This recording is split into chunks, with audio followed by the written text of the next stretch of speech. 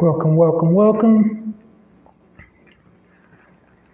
It's another live edition of the Narrator podcast, and I'm your host, Halsey Allen, coming to you live on this terrific Tuesday. The weather is fantastic. The day is fantastic. Got some fantastic content for you.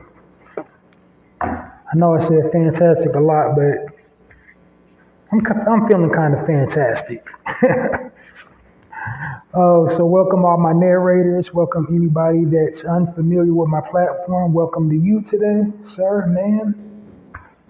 Anybody that's out and about today, welcome to the Narrator podcast.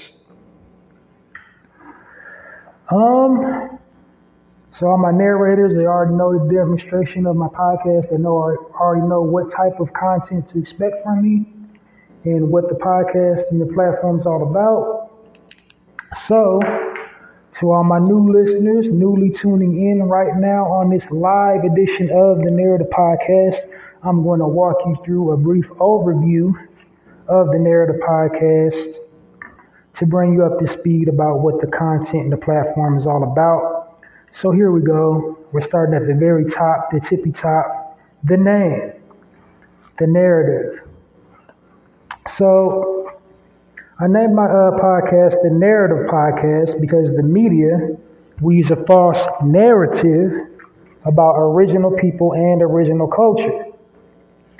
So what I want to do was to design a platform where,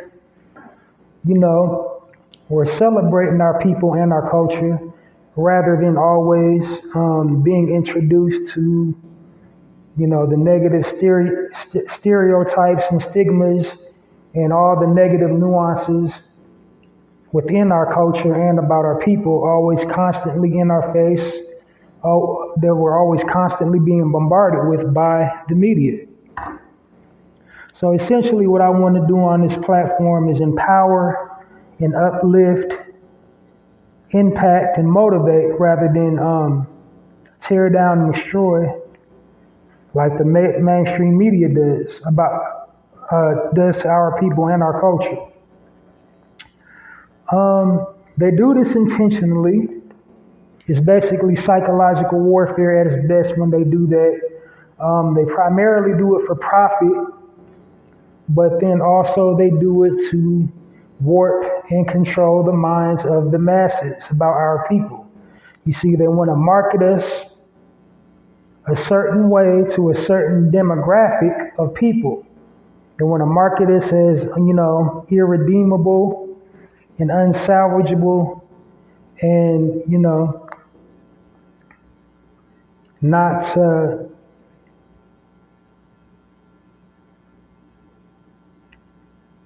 I'm trying to search for the word,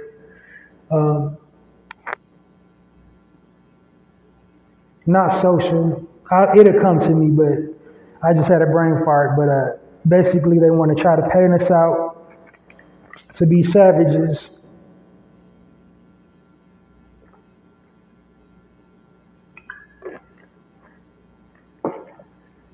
And what I want to do is just put us in our people and our culture in proper context. I want to showcase and highlight us as being kings and queens, gods and goddesses, and, highlight and showcase our worth and our value. Now, this podcast isn't about caring what people outside of our culture thinks about us. It's about just basically setting the record straight. If you want to tell our story, you should tell it correctly. And that's what my podcast is all about. I'm just basically, occupying this space to tell our story correctly because the media intentionally misrepresents our people and misrepresents our culture for their own greedy based needs. So what the type of content to expect on my podcast? Expect all positivity, expect authenticity, expect me being genuine and authentic, especially when it comes to our people and our culture, honest reactions, honest commentary, So not by no stretch like trying to be perfect or come across holier than thou, because I make my fair share of mistakes. But I gotta call a spade when I'm delivering my commentary. So expect that blunt rawness from me when I'm delivering and unpacking commentary on various subjects. But just keep in mind when I unpack commentary on current events, I'm unpacking it from our perspective, because the media warps and skews the perspective. They'll basically have us looking and sounding crazy. The ultimate takeaway I want my listeners to get from my content, if nothing else, is the importance of, sharing positive content on your preferred platforms. This is why I call my listening audience my narrators, because we're living in the digital age, and living in this digital age, we've been granted the unique gift of storytelling. So we can, you can be whatever online nowadays. You can be whatever you want to online. You can tell your own story. Narrate your own story. So having said that, the media is evil and it's wicked, but it's also a business. And this corporation collects its data from what people are posting online.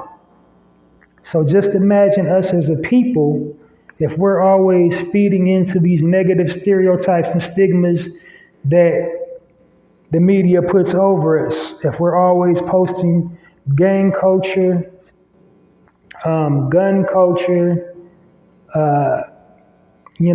trap culture, drug culture, pimp culture, whore culture, thought culture, just, all the ratchetness that, they link our people to.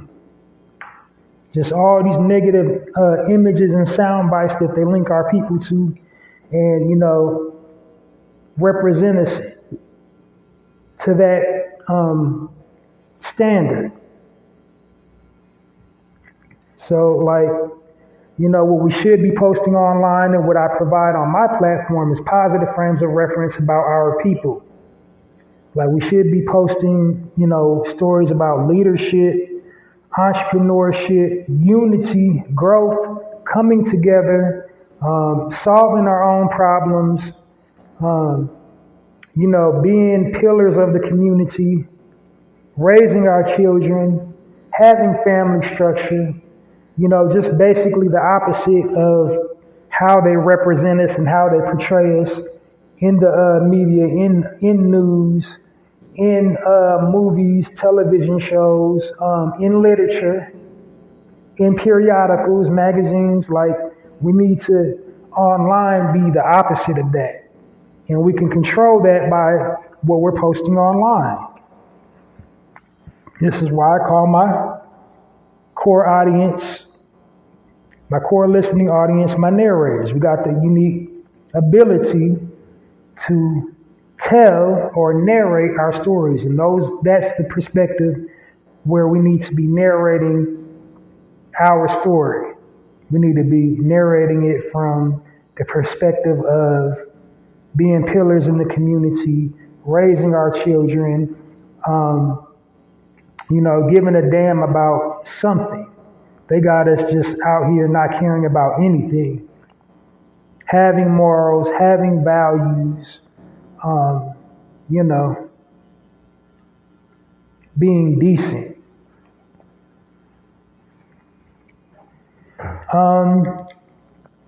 That was also a perfect segue for, my podcast tagline. My tagline is the Narrator Podcast, changing the narrative one episode at a time by providing positive frames of reference about original people and original culture.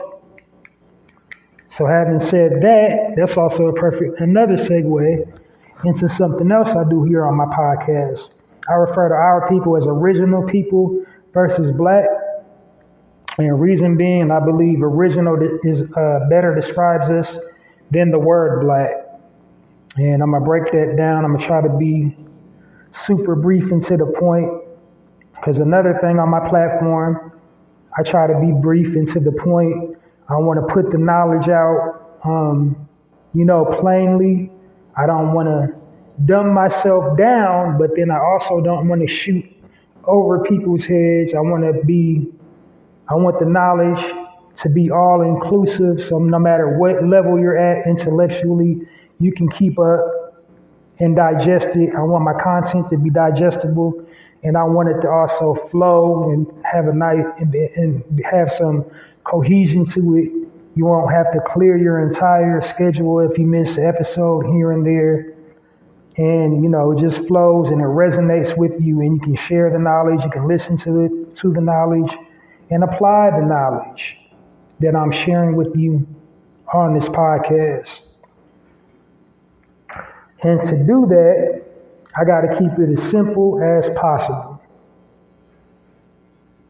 Real easy to follow, real easy to interact with me, highly accessible.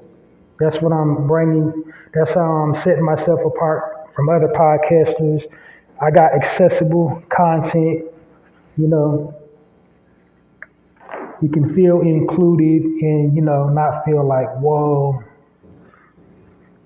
he's talking some way out.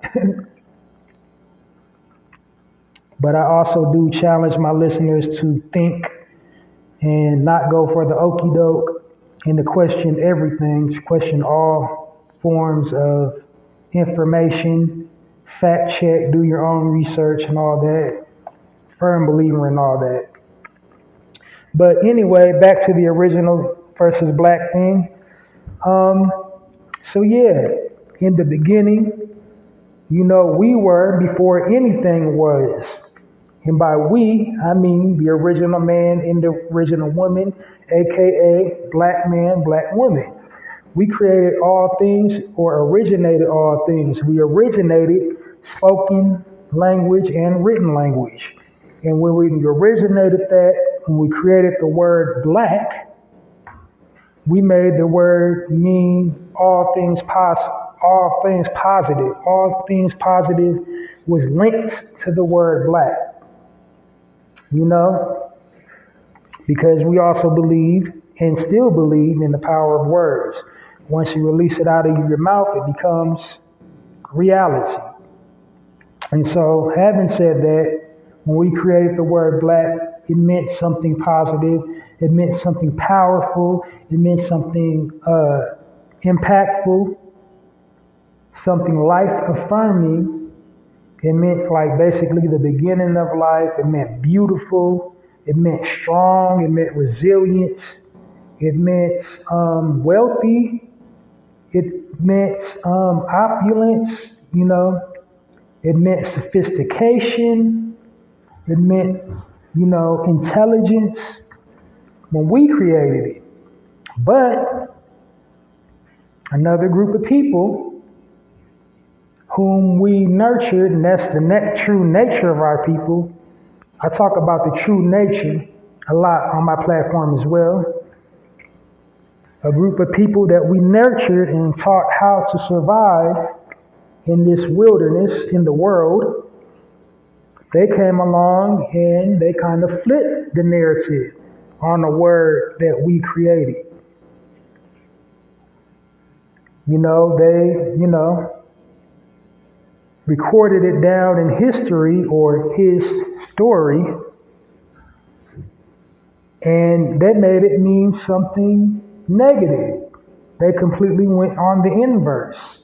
They linked all things negative with the color black. And then they go as far as to say, you can go in the English dictionary, whichever version you want to look at, go as far as to say to link, origin with the word black and all things negative. So they want to, directly link all negativity to our people. Again, with the psychological mind games, with the psychosomatic programming.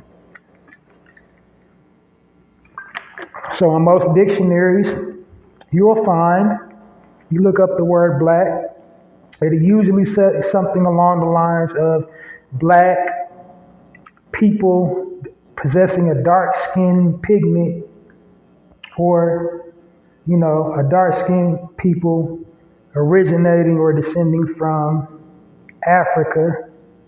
And then it'll list all these negative words, negative example sentences in which to use the word black. They associated black with not being clean, dirty, filthy, soiled, black, desolate, gloomy, bleak, dismal, calamitous, misfortunate, cataclysmic. What else that they be saying? Misfortune, and they use it like examples. Fortune, like, you're unfortunate or unlucky, with black. Black is also associated with death and dying, the color of mourning. What color do they wear at funerals? They wear black at funerals.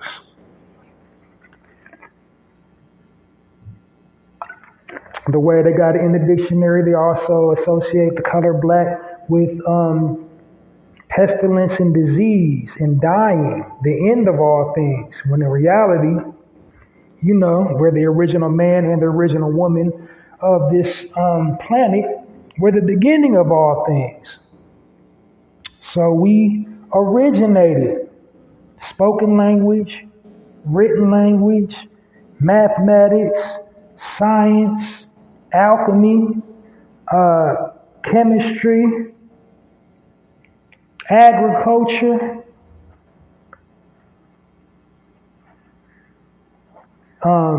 alchemy, you name it,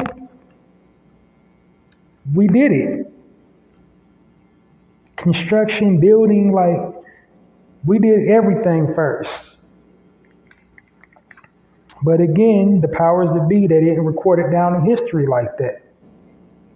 But if you go into that same dictionary and look up the word original, there's no connotation, negative connotation surrounding the word original. Original basically means, the first or the beginning. And in many cases, original is the best.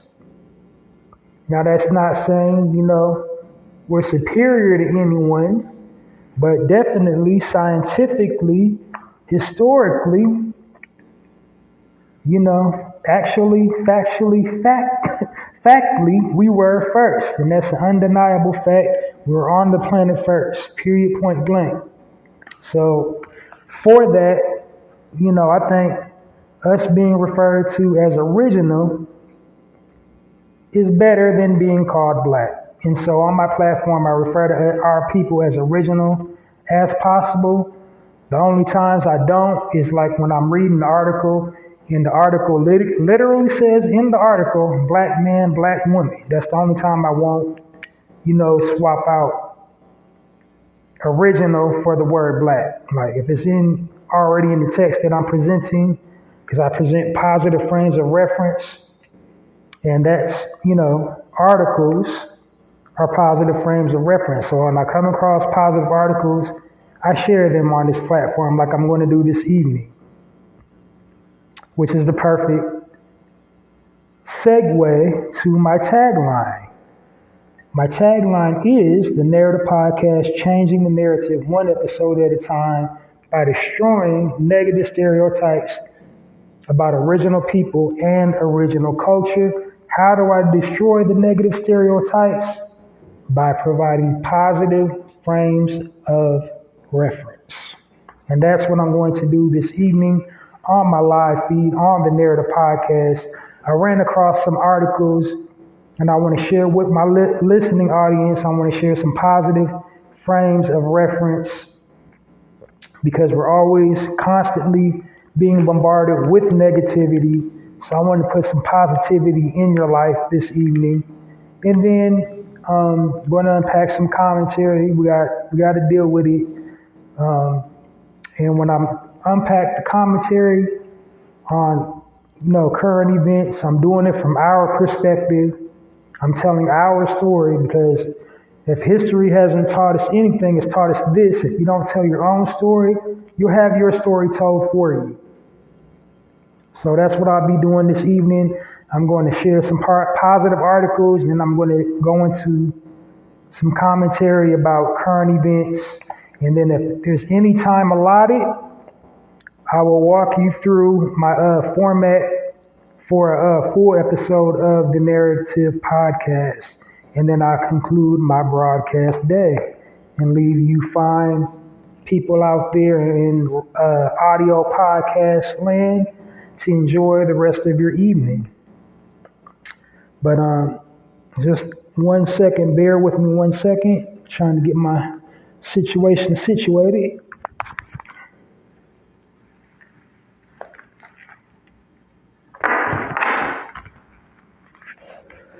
All right, that feels much better. Just trying to get comfortable.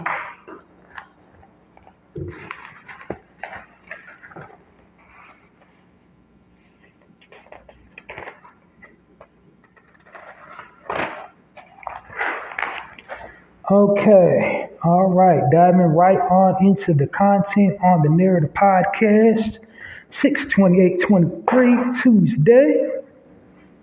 The very first positive frame of reference I will be giving you comes in the form of an article. The headline reads, "Meet the fourth grader who saved his classmate's life on the last day of school. All heroes don't wear capes." This young man's name is Jace Wiggins. He attends Walker Elementary School in Baltimore, Maryland. And as the story went in this article, they was basically having an end of the year class party. I don't know if you remember those. For all my listeners that attended public school, towards the end of the year, you get the end of the year pizza party or snack food party, I don't know. But it's the end of the year. All the work's done. If you're doing any type of work, it's like busy work, packet work. Don't really matter. But anyway, they was having classroom celebration. And one of his classmates, got to remember now, he's only in fourth grade, he's 9 years old.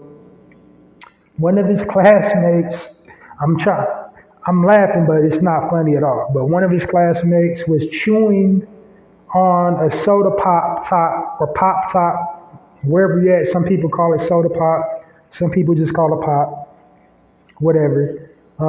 Carbonated drink top. And it got, it went somehow, the classmate swallowed it and was choking on it. And this young man, did the Heimlich maneuver on her and on the classmate. I think it said it was a girl in the article, yeah. And the top came up out of her throat. So, yeah, all heroes don't wear capes. Give a warm Narrative podcast round of applause for this young man, Mr. Jace Wiggins.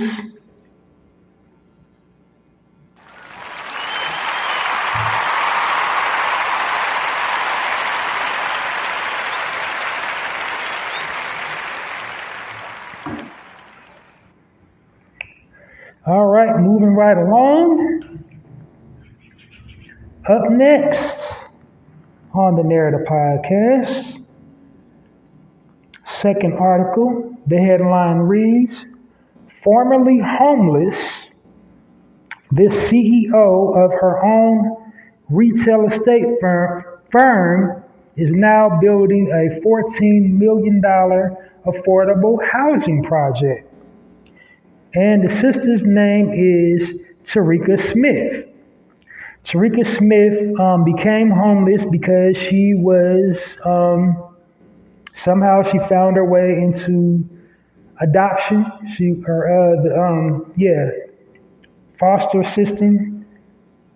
Doesn't really say how she wound up in foster care, but basically she got put into foster care and she aged out, meaning she had to leave the foster home at age 16. So like after 16, you're legally grown. It varies state to state, but she was in Louisiana. So I guess in Louisiana, after you turn 16 and you're in foster care, you get put out of foster care whether you have an adopted family or not. And she found herself homeless for several years. But that didn't stop her. She went to school, educated herself, ended up,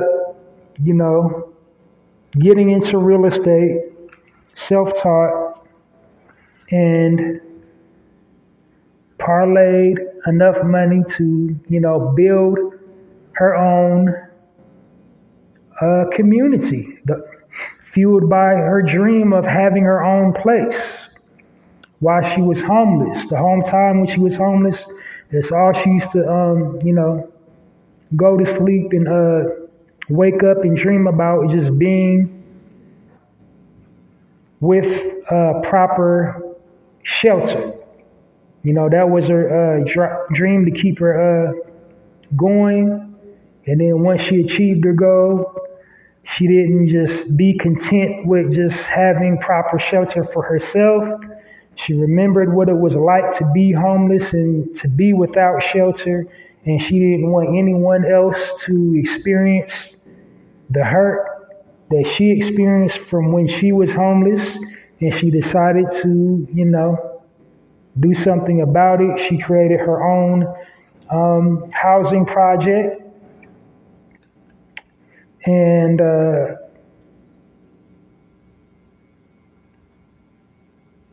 name of the housing project is called the Madeline Cove Projects.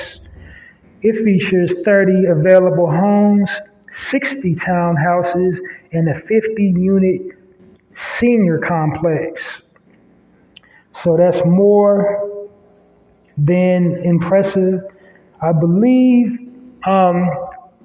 it was dated for last year, so I think they've already broken ground for that. I didn't really, do my research to see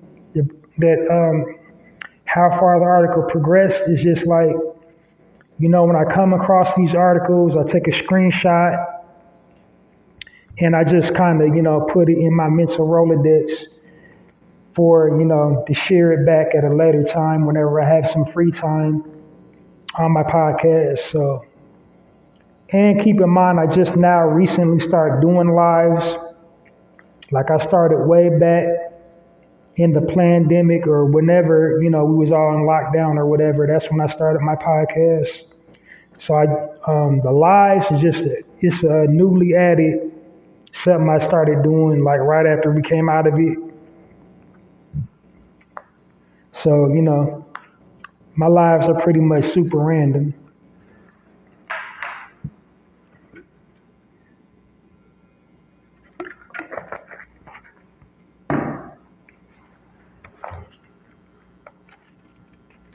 So, that's basically it. That's her story in a nutshell. Before I go on to the next one, I just want to point out, this is why I share this type of content, is because have you ever heard of a story like that? The young man that saved his classmate, or this story that I just got through sharing, I haven't. And so if people like me don't share stories like that, you will never hear about it. Because all we hear is negativity. When we do hear stories like that, it's so brief, like it's like a flicker, like, a snap of the finger. But let it be something negative, like a mass shooting or some violence. It'll be part 1, part 2. It might even be a docu-series if it's something messy. But if something positive and impactful and uplifting about our people, we're not going to hear it. So that's why it's up to all of us to share positive content, because believe me, whatever you're feeding your mind, whatever you're allowing into your subconscious mind is going to take roots, and it's going to take on reality. And this is why, our people are where we're at in this modern day, because we've been programmed and conditioned to accept non-normal behavior, dysfunction, as normal, because we're just constantly being bombarded with negativity 24 hours a day, never getting a break. They're not letting us come up for air. They're always just focusing the lens on all the negativity within our community.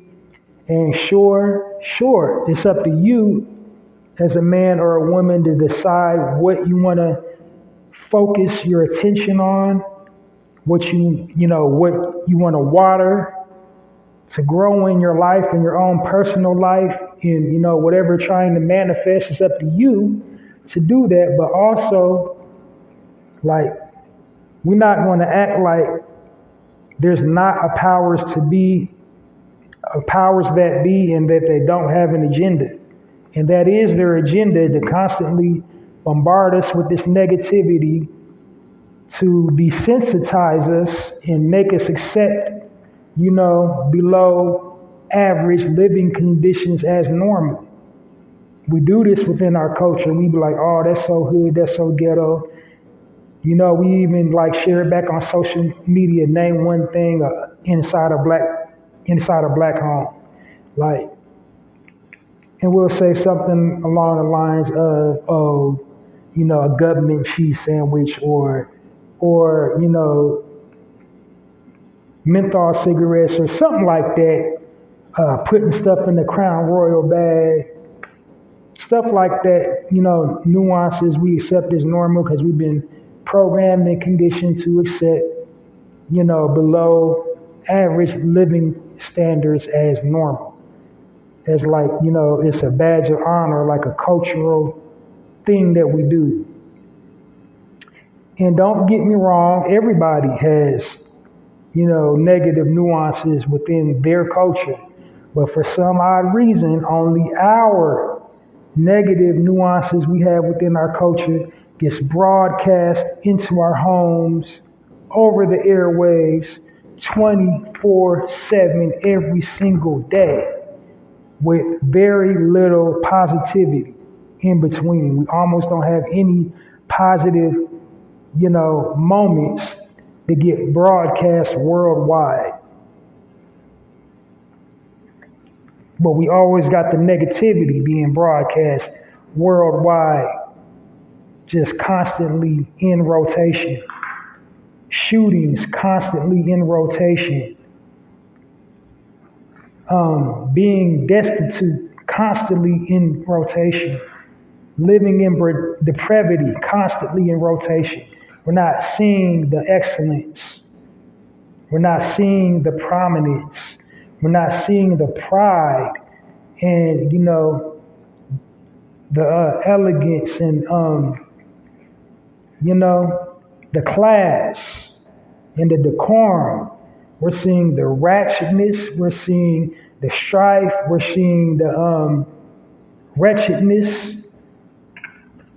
We're not seeing us at our best. We're always just seeing us at our worst. So this is what this podcast is essentially about, showcasing and highlighting us at our best. And I'm doing that this evening through these articles that I'm sharing with you.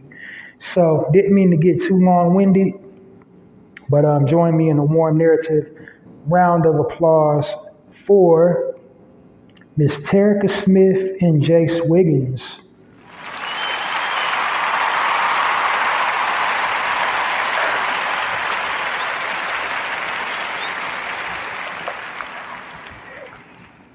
All right.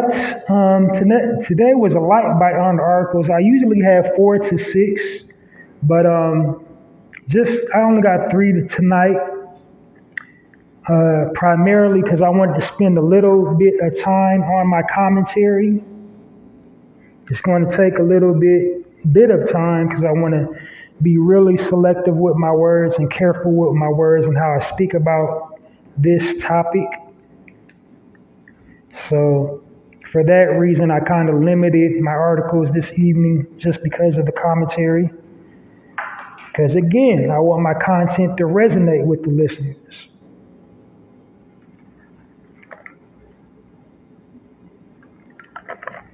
All right. Last but not least, on the articles that I'm sharing on the Narrative podcast. Last article of the evening, the headline reads, 20-year-old black woman, told you I wasn't going to sub out original for black.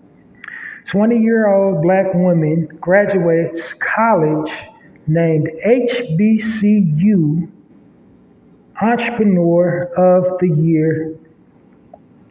And the HBCU that she graduated from is Virginia State University, and the young lady's name is Aaliyah Duh. So I'm assuming it's Duh. If I mispronounce her last name, forgive me. So Aaliyah, Y-A-H, and it's pronounced Aaliyah, and her last name is D-U-A-H. So I'm thinking it's pronounced Duh. But anyway, it says, she specialized in promoting financial literacy to, the community. So she was doing like outreach clinics, educating the community about financial literacy. Also, providing entrepreneur vocational training to black communities, forming her own, basically her own nonprofit.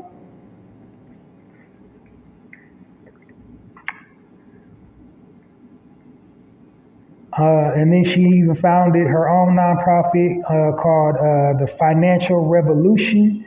And she launched that via social media. So she's utilizing digital media to, champion the cause of financial literacy for her people.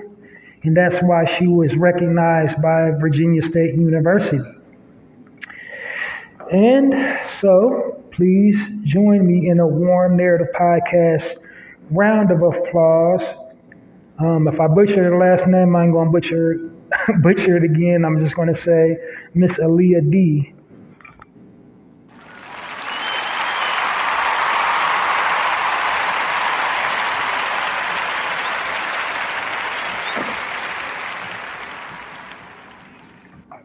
All right, that's all for my articles for the positive frames of reference that I want to share with you this evening via articles.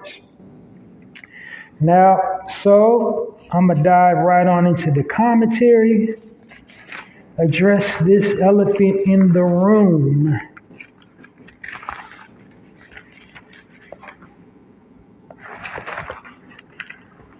And unless you've been living under a rock, it's been going viral for the last couple days.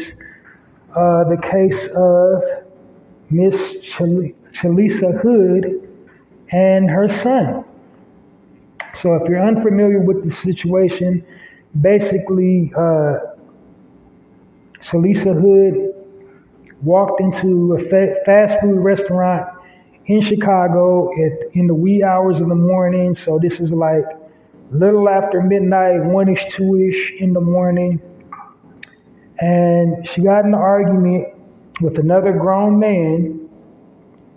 And the man pretty much beat her senseless. But before, he, launched his assault on her, she had texted her son to come up to the restaurant and, reading in between the lines, Shalisa was a registered gun owner herself. She had, weapons, a weapon registered in her name, so she has, a license to carry. But for some odd reason, she did not have her firearm on her. So reading in between the lines, one can deduce that she told her son to bring the firearm, come up. This guy's all up in my face, come slide on mama and bring pole. This is, reading in between the lines.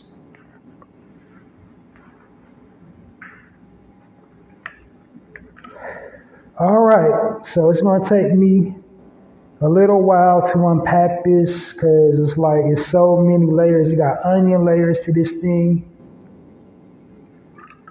And as stated, I'm all about us on our platform. I unpack this type of news from our perspective. This is my specialty. What I do to bring it in perspective, because while this thing happened, there was many, many perspectives. And the main perspective is that everybody seems to be online falling in line with or running with the narrative of we as a people, we have to do better. And that's kind of always the narrative when it comes in concern to our people. We always have to do better. We always have to do better no matter what it is. It's always our fault. Like systemic, the system doesn't play a role in anything we do. We just have to do better. And in this situation, I'm inclined to believe some things could have been done differently. Some things definitely could have been done differently, but the underlining thing present that I don't want anybody to ever forget is never forget what's been done to our people. Never forget what's constantly being drummed into our heads, how this media is being weaponized against us, how all these opportunities aren't present, how rampant violence plays a factor into, your psyche, and to never forget that no matter what we do, no matter what level of education you have, no matter what title of office or government that you hold, no matter all your accomplishments in life, no matter how good of a role model you are, a pillar in the community you are, to the opposition, when they look at you, all they're ever going to see is a nigga. Don't ever forget that. So, setting up my point, let's start on what happened. So, they're in the fast food restaurant at that time of morning. Now, I'm going to break it down from the dietetic end of it, because your diet dictates your behavior. So, first of all, you're eating food at midnight. And my people, we need to understand this, what they don't tell us in school, the real nutrition, this is what they don't want to teach you. After the sun goes down, them forks need to go down. After the sun goes down, them forks need to go down. You don't need to eat after the sun goes down. So that's problem one. A whole lot of violence within our community, you can directly trace it back almost like directly to diet. We're not eating properly. We're not resting properly. So your diet and your sleep pattern kind of dictates your behavior. So if you're not sleeping properly, and if you're not getting the correct nourishment at the correct times, because see, your body breaks down nutrients in stages. So like after the sun goes down, after 8 p.m., you're supposed to stop eating to give your body some time to break down all these starches, break down all these sugars, and rejuvenate itself and heal itself. And so like places like that in Chicago, that's breeding ground for violence, because people that usually patronize them spots, they've been up since like 5 or 6 a.m. So they're already cranky. They're already, frustrated and mad about something. And now you're eating at that time of morning, and your insulin levels are spiking all over the place. And so now you're irritated and cranky, and so on. So that's factor number 1 is diet. Factor number 2 in this situation, the systemic factor. The man has clearly been removed out of Kalisha's home. I don't know what type of relationship that the lady had with her child's father. Is her child's father still alive?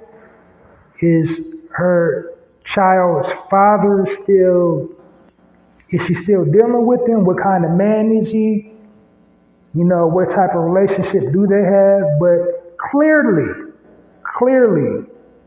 there's no man present in her life. Because if she had a man present in her life, let me clarify. A man. There's a difference between a male and a man. A male is just a person with anatomy, with a penis. That's a male. A man has a whole, honor system, has a code of ethics, has morals, stands on something, takes care of his business, takes care of his family, conducts himself a certain way, grooms his children to conduct themselves a certain way, and then he grooms his woman to conduct herself a certain way. And not being macho, not, threatening violence on her. I'm a smack, you know what I mean? Talking bad, talking down on her and making her feel bad about herself. Mentally abusing her or physically abusing her. He's just, setting the standard, setting the tone with his manhood. So clearly there was no man present in her life.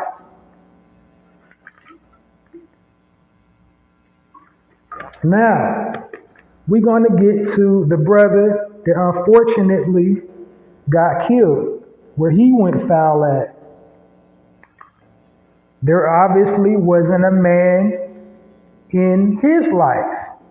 And you can tell by the way he was carrying and conducting himself on camera. He beat that woman like a piñata.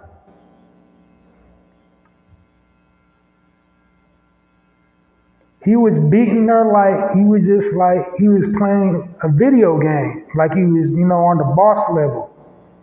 When you seen the footage, he was just mercilessly, relentlessly beating this woman. Don't know her from a hole in the ground, So, and this is kind of sad how as a society that we've got, because other people, even Caucasian people that witnessed the video, like Caucasian people were saying, she should have got out of his face, she shouldn't have been all up in his face like that. Like, they were saying that. Like as a society, we're not saying, oh, that's a woman, you don't do all that. Like, As a society, some people was actually like, she shouldn't have been all up in his face like that. He told her to back off.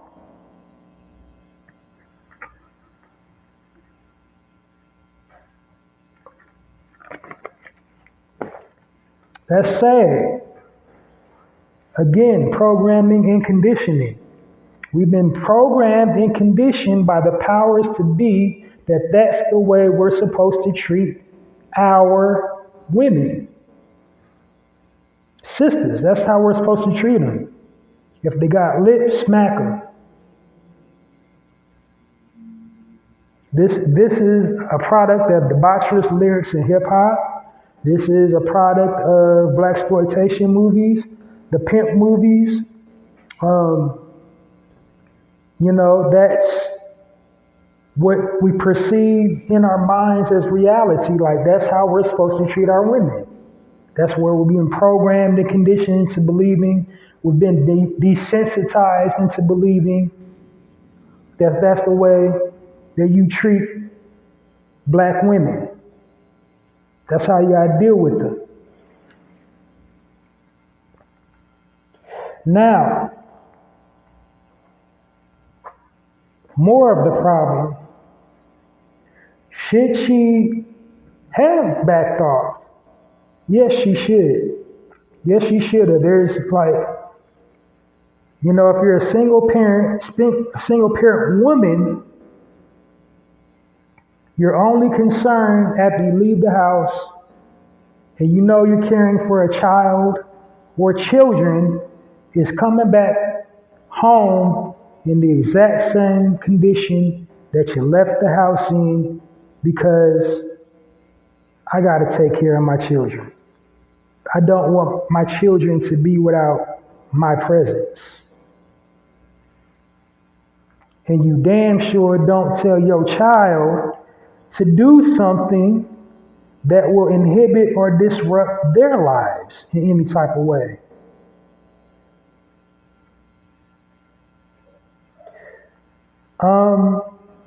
Another thing, we have to always, in situations like this, have to look at our justice system. We can't ever lose sight of this justice system was not designed for us. It wasn't designed to help us. When they came up with the Declaration of Independence and, the U.S. Constitution, when it gets to the part of liberty and justice for all, when they got to that part, you got to remember, our people were still living in slavery. So when they said for all, they didn't mean us too. Because back then, we were still considered livestock. And in a situation like this, it's evident. Because the only time our people get a fair shake, they get immediate justice, immediate. I'm going to say immediate justice. I'm not saying we don't get justice at all, but immediate justice. Justice administered immediately is when we commit crimes against each other. And the reason why we get immediate justice in that scenario is because one's dead and the other's in jail. So therefore, the wheels of justice complete the circle immediately. But when it's somebody outside of our race, outside of our culture, doing something to us, and we got the receipts, so don't act like we don't got the receipts. It takes anywhere from 6 months to 6 years to get justice. The only reason why we got justice for George Floyd and Ahmaud Arbery, let's keep it 1,000, is because we had to tear some stuff up. So if them riots hadn't ensued with George Floyd and Ahmaud Arbery, we wouldn't have got no justice. We still haven't gotten justice for Sandra Bland. Still didn't get justice for Mike Brown. Didn't get justice for Eric Garner. And so many, we can go all the way back 60 years up to 6 weeks ago.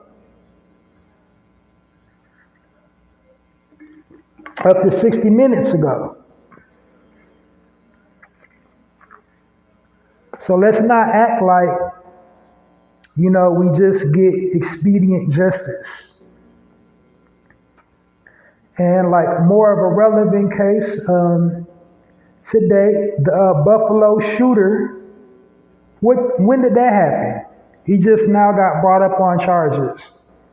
See what I'm saying about how slowly the wheels of justice turn slowly when it's somebody outside of our culture that does something to us as a people?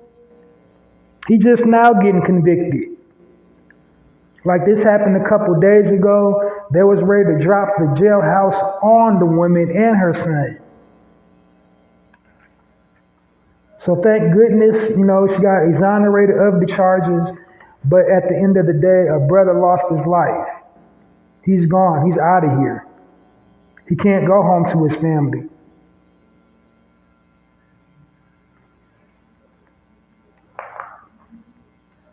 And something else at play.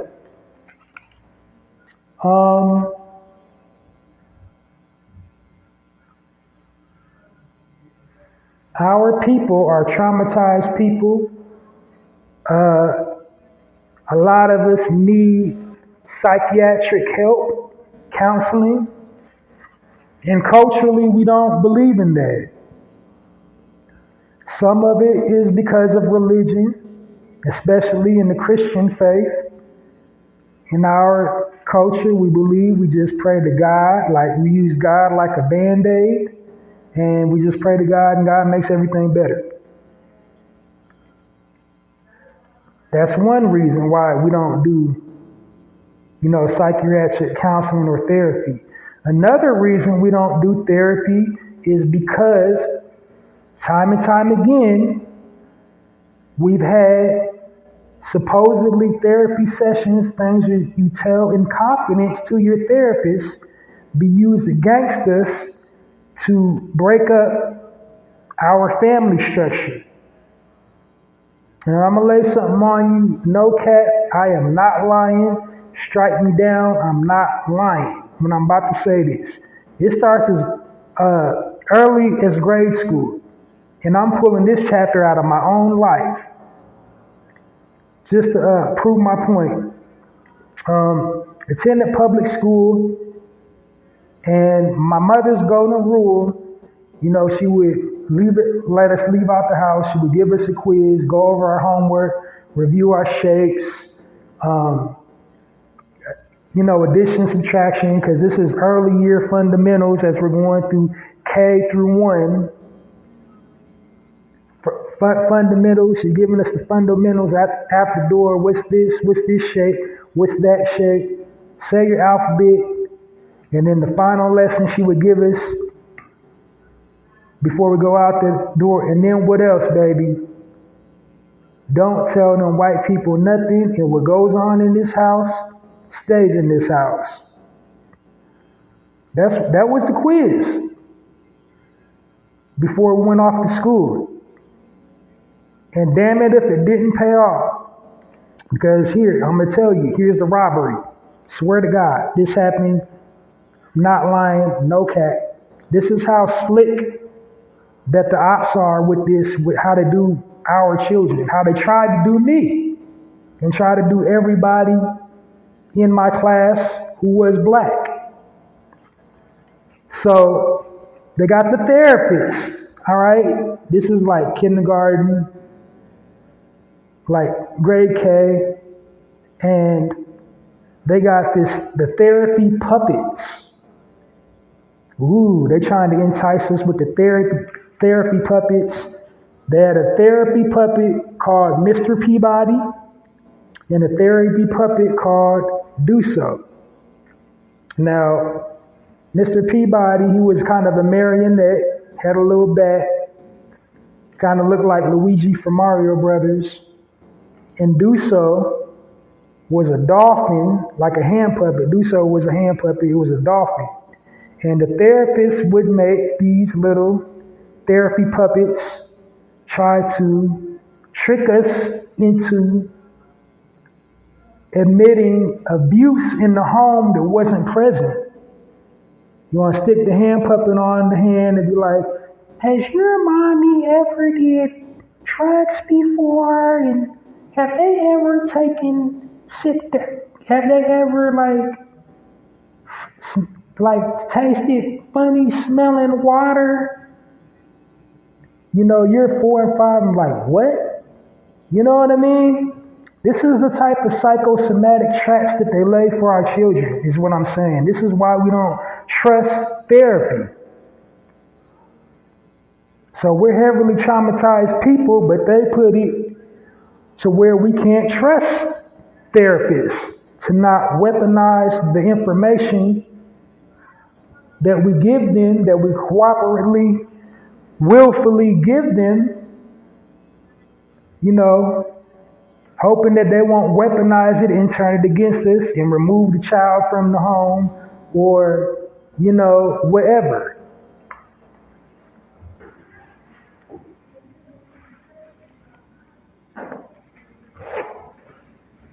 But yeah, we are traumatized people. A lot of us need therapy. They definitely needed therapy. All parties involved definitely living in Chicago. They definitely needed therapy. So another onion layer to this thing is the city where it happened. Now Chicago is a rich, beautiful city, rich in culture, impeccable, immaculate structures, building structures. It's the hub for like the arts, performing arts, like jazz, blues, you know, arts out of this world, astounding cuisine. The food is fantastic. They got sports, you know, they got football, they got basketball on lock. And they also have a violence problem. You see, it's violent in all of Chicago, in every single last neighborhood. It's violent in the Asian neighborhoods. It's violent in the Italian community. It's violent on any side of Chicago you want to go on. It's violent. But for some odd reason, only what happens in the black community in Chicago is always on the news. And Chicago has a deep history of violence. This is the birthplace of organized crime in America. We're talking Al Capone, like damn near every Lucky Luciano, like damn near every mobster you can think of, they can trace their origin back to the city of Chicago. Like all the immigrants, it's a melting pot. They got, you know, all these immigrants got a different gang. They brought gangs with them from, you know, Ireland, Scotland, Italy. You know, they brought gang culture from their native lands to Chicago. So it's gang laden for the black gangs. You know, Chicago, they're the homes of, you know, the gangster disciples and the viceroys. They predate, you know, the Bloods and the Crips of California. They was there, you know, like in the late 50s, early 60s.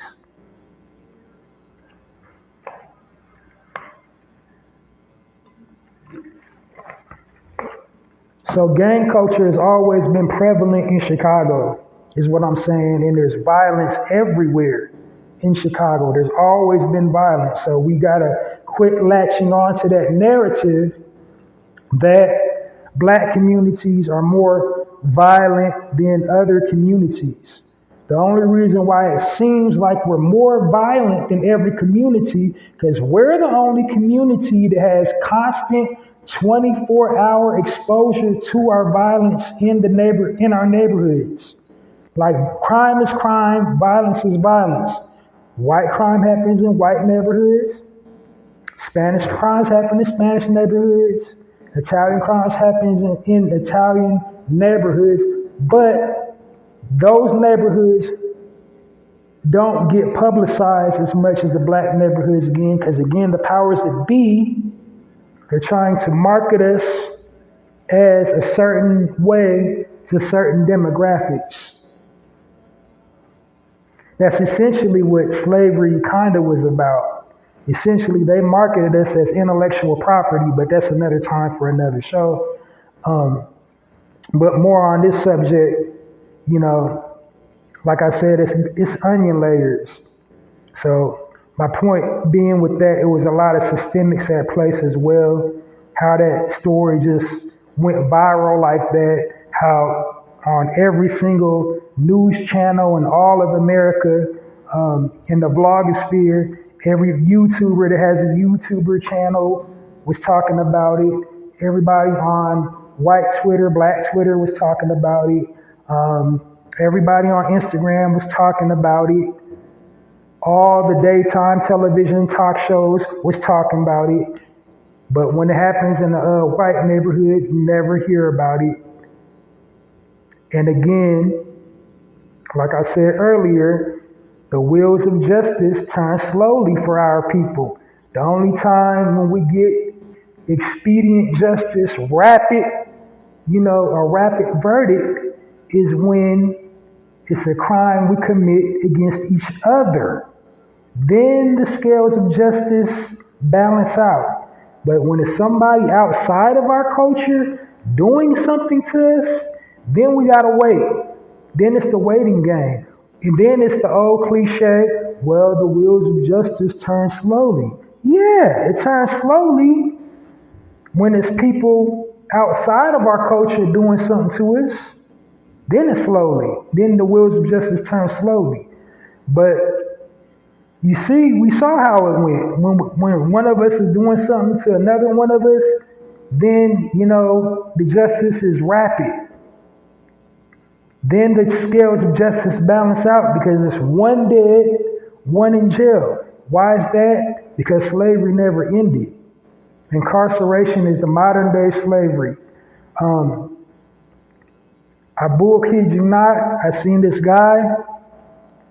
I forgot the brother's name. I meant to write down his Instagram title, but he had an Instagram clip that went viral. He said he was incarcerated down south. I believe he said in Mississippi. He said, I was a slave. I was down south picking cotton. They had him picking cotton in jail. Huh? Y'all don't get it? We gotta watch the robbery. We can't just sit up there and go with the narrative they give us, especially in situations like that.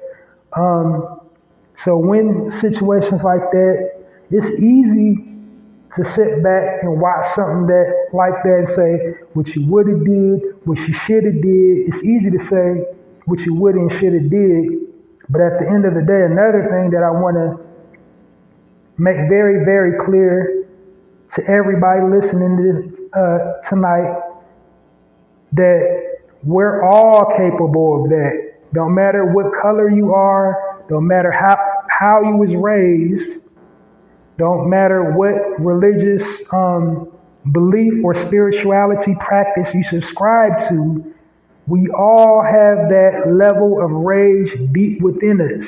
We're all capable of that level of violence. We're all just literally ticking time bombs. We all have different emotional triggers. We all could throw it away at any given moment. Everything we worked so diligently and hard for and disciplined ourselves for in life could be taken away from us in an instant just like that. We all could lose our cool just like that. All of us. Nobody's above that. Like we all could lose our cool like that. This is another thing that I constantly stress on my podcast platform is the importance of meditation. You got to be, have your mental on point. You have to do little mental health check-ins. You have to practice mindful breathing. You have to meditate to keep yourself grounded. Because like I said, like the good book says, never let your wrath go down with the sun or something like that. You know the word. If you read the book, you read the book. I don't got it like the exact quote right now, but you're not supposed to go to bed angry.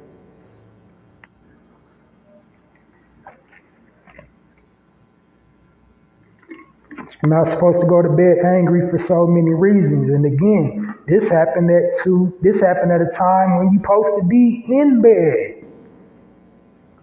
So let your mental, let your mind recharge. Let your liquids and fluids recharge. Because what we witnessed, now the conditions of the mind is basically like a computer. We have electronic synapses going all through our body. In your brain sends these electronic impulses all throughout your body. This is the use of your limbs. This is the blinking of the eyelids. All this electricity. And for our people, electricity, generates your melanin. This is like why Sadie's diet, the electric diet, is so popular. Because it's so effective for our people. Our people, our unique genetic makeup, we're the only beings on the planet that mimic the photosynthesis process. Like photosynthesis in plants, we're the only humanoid creatures on the planet that mimic the photosynthesis process that plants have. Like sunlight makes our hair grow, skin gets clearer, mind becomes clearer, our cognitive skills get better the more sunlight we're exposed to. Water, hydration, sunlight and hydration. That's the key to unlocking it.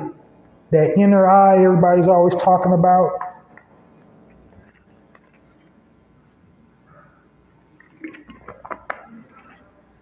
But what we witnessed was a short circuit.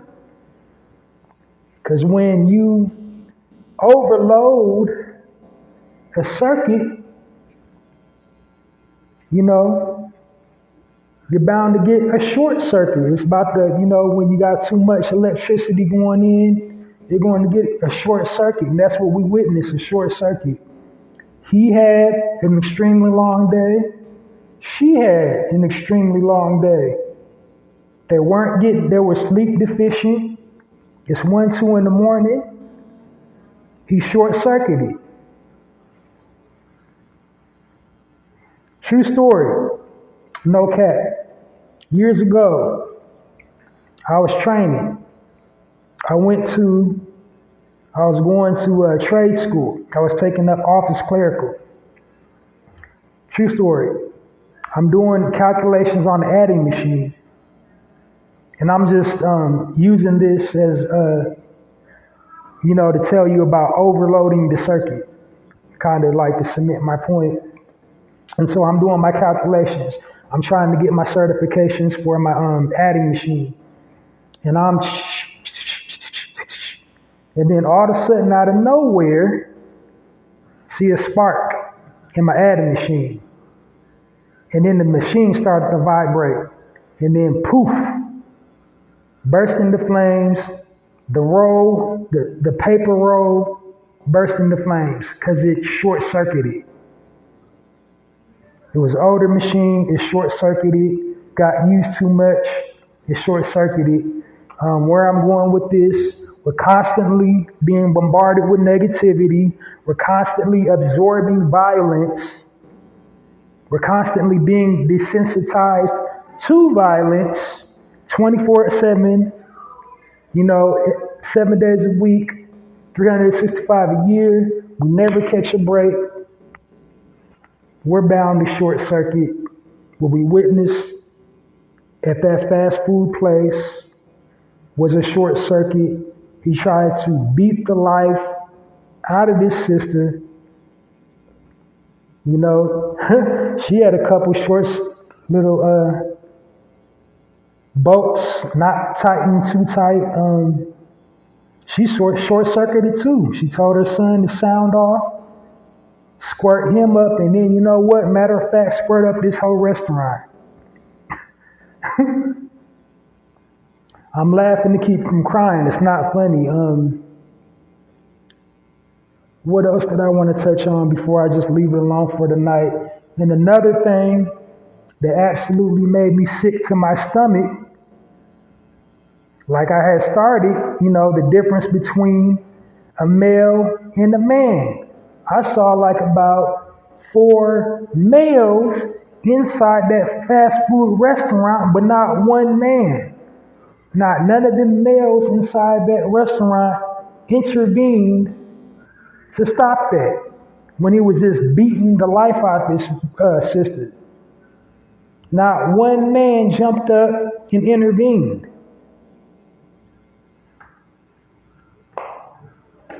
And why didn't they do that? Because they've been programmed and conditioned to not do it, to mind your own business. Product of their environment. They've been programmed and conditioned to not care, to go on about their business when they see something like that, to overlook it. The same reason how we've all been programmed and conditioned to do it with this social media, to pull out our cell phones and capture it on camera rather than, you know, de-escalating the situation to prevent loss of life.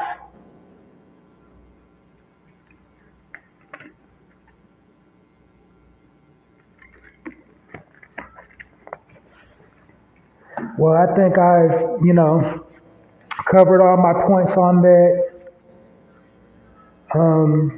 So yeah, I'm gonna put a pin in it right there. That was just my commentary. I think I broke it down from several different points of view. Hit me up at passionwebmail@poeticpassion.host. Let me know if you think I was left or right on my assertions. You know, listener participation is appreciated. I don't think I know everything. I'm not a know-it-all. I was just trying to unpack it from our perspective. But I think I was pretty spot on. All right, it looks like I got a little bit of time this evening. So I'm gonna utilize a little bit of time that I have available this evening to go walk you through a full episode of the Narrator podcast, and then I'm gonna let you enjoy the rest of your evening on this Tuesday. So when you join me this weekend for a full broadcast of the Narrator podcast, know that my podcast is broken up into sections. Each section has a speaking point, and the purpose of me doing that is to keep the content cohesive and to keep it flowing nicely, to have a clear starting and stopping point for each thing, so I'm not just rambling and ranting, so that I can address multiple topics. I can transition. I'm like, okay, I'm done talking about this, transition over into that. So I got about, let me see, count them up in my head. Okay. Conversation, highlight session, speaking point, spotlight, health and wellness. I got about 6 sections. So I've broken it up into like 6 sections, and each section got a speaking point. I describe each section as I come to them, and, you know, and I just hit all my bulleted points on each section. And that's essentially, you know, what a full broadcast consists of on the Narrator podcast. So when you join me this weekend, what you will hear me start off first is my promo section.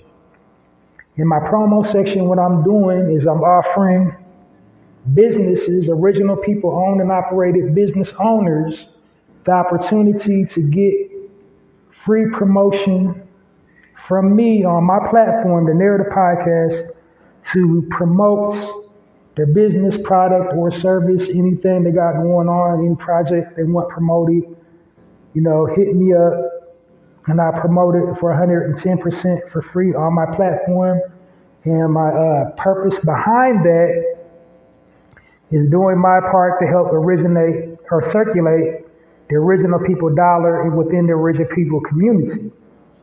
Because while we are due reparations, it's up to all of us to support all of this. If that makes any sense, at the very least, if you feel that you can't financially afford to buy from your own people, you could at least use your platform to make people aware of somebody that's selling something, a good or a service. Promotion is that's gold. And I do have a following. So, a little publicity is better than no publicity. So, utilize my platform, hit me up to promote your business, product, or service. I'm not going to tell you how in this segment on the live edition of the Narrator Podcast, because again, I'm trying to keep my time limit. Ideally, I don't want to exceed 45 minutes for a live, and ideally, I don't want to exceed 1 hour for a full broadcast. But I think this evening it's safe to say I went over my 45-minute mark. So, second section here on the Narrator Podcast, when you tune in this weekend, what you'll be listening to is the contest section. In the contest section, what I'm doing is I'm rewarding you with a bulk supply of your favorite snack food item for participating in the contest topic. And the contest topic is share your most recent shopping while black experience. For that, I'll reward you with a bulk supply of your favorite snack.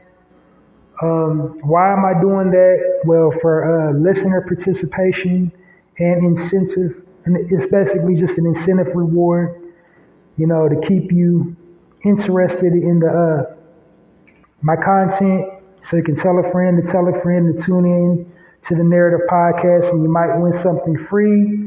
I'm getting the ball rolling. I'm getting more sponsors and, more people listening. So pretty soon I'll be able to offer cooler prizes. But for right now, I can just do a bulk supply of your favorite snack.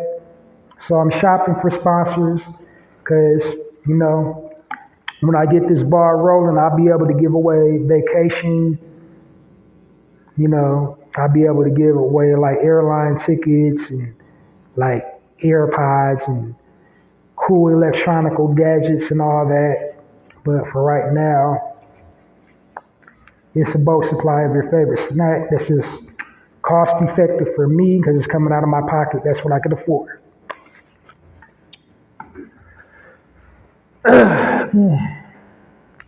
Now, after the contest section, I'll segue into the main section of the Narrative Podcast, the highlight section.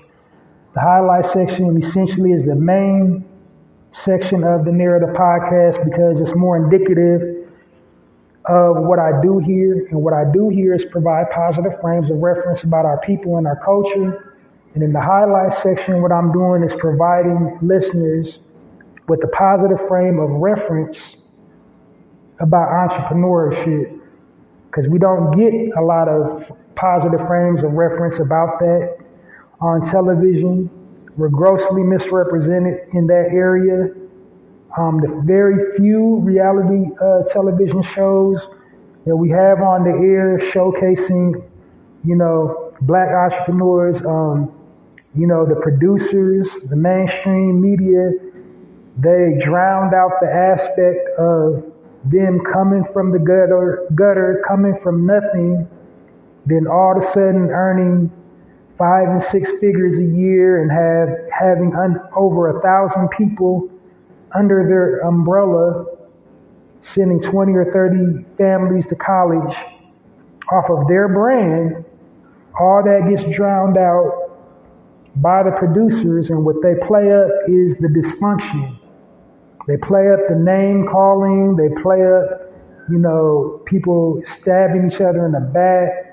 They play up us acting buffoonish on camera for no reason, just shucking and jiving and acting buffoonish, or just, acting catty and, cursing each other out and calling each other names, squaring up with each other, trying to fight each other on camera. And then you forget about the entrepreneurialism. You just focus on the toxicity and the dysfunction. So with the highlight section on the Narrator podcast, you won't get any of that. I'm walking you through an entrepreneur's journey from like how they came up with their product, all the developmental stages of their product on up to the finished product, their final evolution of, whatever product or service that they have. I'm walking you through that entire journey. Then also in the highlight section, what I'm doing is I'm creating the urgency to want to support an original people owned and operated business. Because like I said, we don't support each other enough. So I'm creating the healthy habit of us supporting one another. And then also, the people that I highlight in the highlight section on the Narrator podcast, they're usually like regular Joes, 9-to-5s. They was working 9-to-5 jobs. At some point, they became dissatisfied with their 9-to-5 jobs. At some point, they wanted to say, I want to be my own boss. I want to live my own life. I want to do this. I want to do something that makes me happy. I don't want to be punching the clock for the rest of my life. I also want to leave behind a legacy when I'm gone. I want to leave something for my children, and I want to leave something for my neighborhood. So there's that aspect. And also the businesses that I highlight in the highlight section is they do some type of community outreach. They either pay into a nonprofit organization or they have their very own nonprofit organization that services the community. So in the highlight section, you're getting a positive frame of reference about entrepreneurialism, positive frame of reference about giving back, positive frame of reference about promoting original people owned and operated business. And then my last thing that I'm doing in the highlight section is all the businesses that I highlight in the highlight section align up with my theme, and my current theme is the season of summer. So every business that I'll be highlighting in the highlight section from this month all the way up into the end of August will be associated with the season of summer. Okay? I think you got the gist of the highlight section. Now, the next section that you will hear when you join me this weekend on the Narrator podcast is the spotlight section. And in the spotlight section, what I'm doing is I'm spotlighting prominent figures within our community. And the purpose of me doing that is giving them their roses while they're here and creating the healthy habit of saying something nice about your brother or your sister online. Because we're the only people that bash each other online. They use our digital platforms, our Facebook, our Twitter, our Instagram, our TikToks, and what's the other one? The Zoom, the Flipgram, Snapchat, to say something negative about our brother and sister instead of something positive and uplifting. We want to use our platforms to tear down our brothers and sisters. We're the only people that do that. It's not entirely our fault. The powers that be kind of incentivize that. They offer a very huge bag for us to throw each other under the bus. You know, they offer a huge bag for us to kick our morals and our integrity aside. They make it very, very enticing for us to get on our platforms and say something negative about our brothers and our sisters. And what I want to do with the spotlight section is to create the healthy habit of saying something positive about your brother or your sister on your, digital platform, whatever platform that you're active on. Say something positive about your brother or sister instead of something mean-spirited or denigrating. And for the most part, I think I've done a good job at that because so many people are now spotlighting, have a spotlight section to their podcast, to their YouTube channel, to their radio channel or whatever. Because before I added a spotlight section to my podcast, the Narrator podcast, nobody was spotlighting anybody. But now, every time you tune into somebody's YouTube, somebody's whatever, when they're interviewing a guest, they be like, today on such and such, we'll be spotlighting. And nobody was doing that before I did that. So I got to give myself, a warm round of applause for creating the wave for spotlighting. And you can fact check me on that. You can go all through my episode logs and cross-reference and see, was anybody spotlighting anybody before I start talking about it? And you should find that nobody was. You are now listening to the Narrative Podcast with Halsey Allen. The Narrative Podcast is changing the narrative one episode at a time. In a real way. All right, so the types of people that I spotlight in this spotlight section are prominent figures within our community, primarily in the entertainment industry, so ranging from actors, actresses, recording artists, comedians, writers, producers, TikTokers, YouTubers, anybody with a polarizing public platform, somewhere where, all eyes are on them. I've also spotlighted religious figures as well. But like I said, it's all done to, create the healthy habit of saying something positive about your brother and your sister at the end of the day.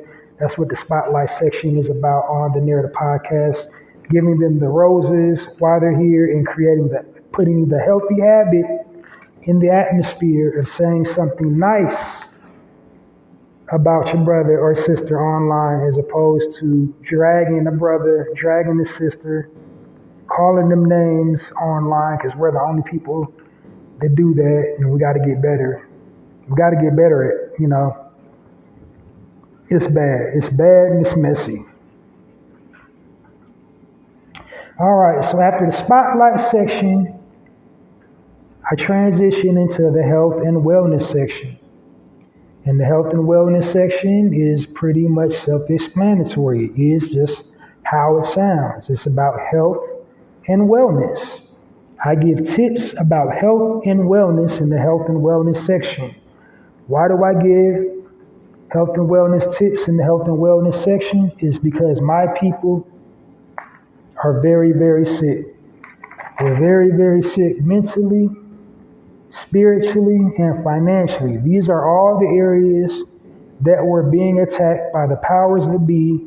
And in the health and wellness section, I'm giving tips on how to stay armored up in all the areas that were being attacked by the powers that be, because they're putting things in our air, in our food, in our water, in common items that we use every single day that we're kind of oblivious to, that is harmful to our unique genetic makeup. And so, like, anybody's free to listen to the content that I'm putting out online, but just know all the content that I'm putting out online is directed to my people. And the reason being, because my people is suffering the most out of everybody on the planet. We're targeted the most. We're the most made to suffer. Nobody has endured what we've endured as a people. And I take that to the bank. And I challenge anybody to bring the receipts and show me where y'all had it worse than what we got as a people. But anyway, so in the health and wellness section, some things, the types of tips you will hear. So like on the physical side of it, you'll hear me talk about health and wellness of like the health benefits of plants, vegetable, fruit, herb, elixir, roots,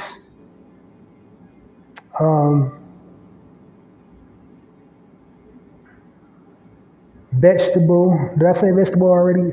Fruit, vegetable, elixir, root, anything natural that springs out of the earth that will increase your vitality. I tell you the health benefits of that, of anything you can ingest or apply topically to your body to, increase your vitality. More on the physical side, like physical exercises you can perform to stay healthy, active, and fit. On the mental side, things to keep your mind, keep your mind sharp and keep and stay in good mental health so you don't be short-circuiting like, the current event that I just talked about this evening that happened in Chicago. Keeping your mental state at a healthy state. So mental tips I'll give you is probably like meditation, mindful breathing, emotional tap-ins, like you gotta do like emotional inventory. You gotta inventory your emotions. I'll give you tips like that, how to do that. On the mental side of it, things you can keep your mind at ease, what relaxes and eases your mind. Those are the types of tips I'll give you on the mental side. Spiritually, spiritual practices, like any type of spiritual practices that'll keep you in line, to keep your spirit aligned, such as meditation, such as praying, such as, sounds, such as using crystals and all that type of stuff, burning sage and all that type of stuff. And then on a curveball, I might throw in, quantum law, divine law, metaphysics for the spiritual side of it. So mental, physically, and spiritually, those are examples of what you will be in store for in the health and wellness section of the Narrator podcast when you tune in this weekend to listen to me. Next is my speaking point of the day, and my speaking point of the day is just like what I did this evening, is just me delivering commentary on current events, anything happening globally or around the world. I deliver commentary from our perspective because, like I said, the media have us looking and sounding crazy. So I unpack whatever's going on in the world from our perspective, delivering my commentary. And I always keep it in the focus like I did this evening about us first, and to never lose sight of why we act the way we act when we have those types of situations arise. Because the media would easily spin it into the direction they need to you know, they need to do better. Look at them. It's always them. It never happens in this neighborhood. It never happens in that neighborhood. And that's just not true. It happens in all neighborhoods. But for some odd reason, they only want to spin it like we're the only ones to do it. We're not the only ones to do it. We're just the only ones that constantly receive coverage on it. 24 hours a day, 7 days a week. It's nonstop, constantly being bombarded with shootings and killings in our neighborhoods. And robbery and theft and violence in our neighborhoods. Happens in everybody's neighborhoods, but the media fixates and focuses the lens on specifically our neighborhoods. And we don't hear any stories about, good, virtuous things, good, virtuous, righteous things happen every single day in our neighborhoods, but they only want to focus the lens on the negativity.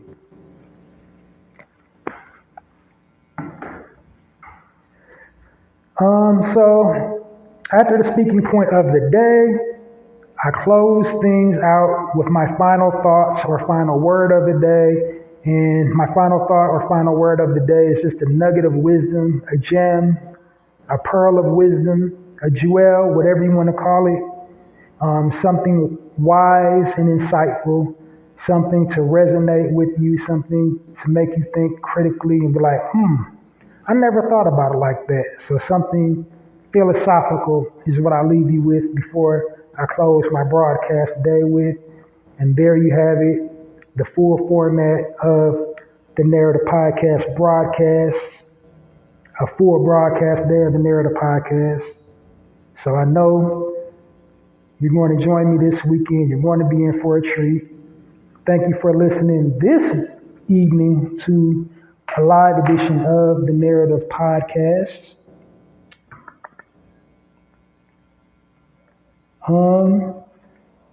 So that's it and that's all. I'm out of here like last year. Thanks for tuning in to another episode of the Narrative Podcast. So join me this weekend for a full edition of the Narrative Podcast and download this episode and our previously recorded episodes of the Narrative Podcast and tune in regularly every single weekday so you don't miss me when I go live during the weekday. I never know what days I'm going to go live during the weekday, but if you tune in every single day, you're likely not to not miss me when I broadcast live like I'm broadcasting live right now. And the best way to, catch me when I'm live is to follow me on YouTube. It's Halsey Allen on YouTube. Just subscribe to my viewer channel and then hit that notification bell because this platform that I'm on broadcasts directly to my YouTube. And then it also broadcasts directly to my Twitter when I'm live. So follow me, Halsey Allen, on Twitter. And you won't miss a live broadcast of the Narrative Podcast. It beams directly to my YouTube and my Twitter when I'm live. What else I got going on? Oh yes, I've written a book of poetry titled The Black Card, and you can purchase your copy of it simply by visiting the online bookstore on poetizer.com and click my book title, The Black Card, written by me, Halsey Allen. That's my pen name I use for it, Halsey Allen. And go purchase it. Purchase your copy of The Black Card today or get your Black Card revoked. What is the Black Card? The Black Card is 30 insightful poems encompassing the movement or the culture. I'm doing air quotes, the culture. Positive and negative nuances of everything we go through as a people captured in poetry form. So go do yourself the hugest favor and go cop my book, The Black Card. It's a really good read, 30 insightful poems, a really good coffee table read, travel book. You can take it on the plane with you. If you're doing beaches, you can take it out on the beach with you, read it, while you're enjoying yourself on the beach. In your hotel, if you're traveling, in the bathtub. I wouldn't recommend in the shower because the pages get wet. But I think you can read in the bathtub. It's a good, chill, leisurely read. The poems are really witty, really insightful, and really hits home. You will find that little chord that resonates with you. So yeah, go check that out, The Black Card. Go to visit the Poetizer bookstore on poetizer.com right now, today, while you're listening, and purchase your copy of The Black Card. And then speaking of poetry, I also have my own personal poetry blog titled Halsey's Poetry Corner. And that is, the address is www.mrhalsiesblogs.com. And that's a collection of my personal poems that I write in the moment. Like, I don't premeditate what I'm going to write about. I don't premeditate about what I'm going to title the poem, nothing. I just literally just sitting in front of my device, a desktop. When inspiration strikes, I just start writing, whatever is on the screen after I'm done typing, that's the poem. That's Halsey's Poetry Corner. It's just right from my mind to the device. I guess if it was rap, it would be like a freestyle. But yeah, it's just off the top of the head, in the moment poetry. So yeah, go check that out. Really creative, really insightful poetry. And the way you support me on Halsey's Poetry Corner is just go to that link, www.mrhalsiesblogs.com, and share that link on your preferred platform, whatever platform you're the most active on, whether it's Facebook, Twitter, Instagram, YouTube, Tumblr, Reddit, whatever you're active on, share a poem from Halsey's Poetry Corner to it.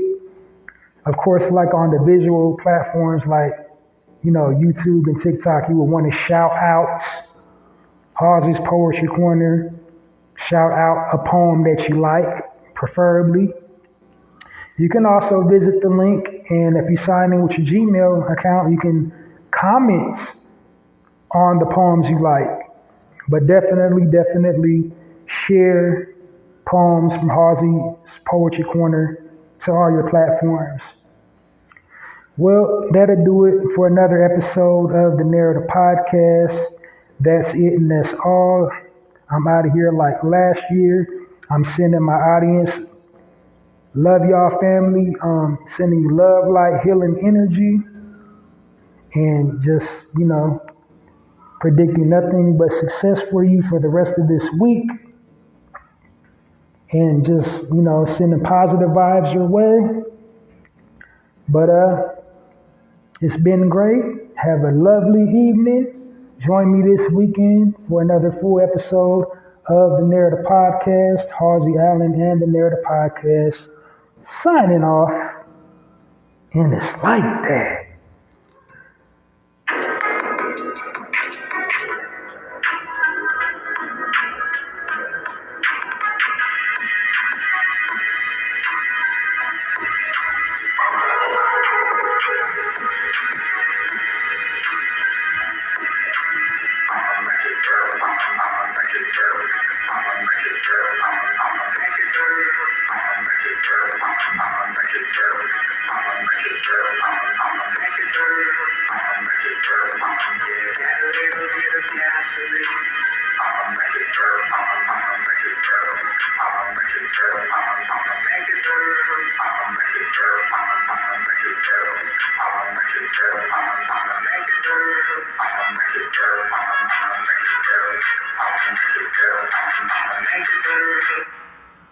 You are listening to the Narrative Podcast with Halsey Allen. The Narrative Podcast is changing the narrative one episode at a time.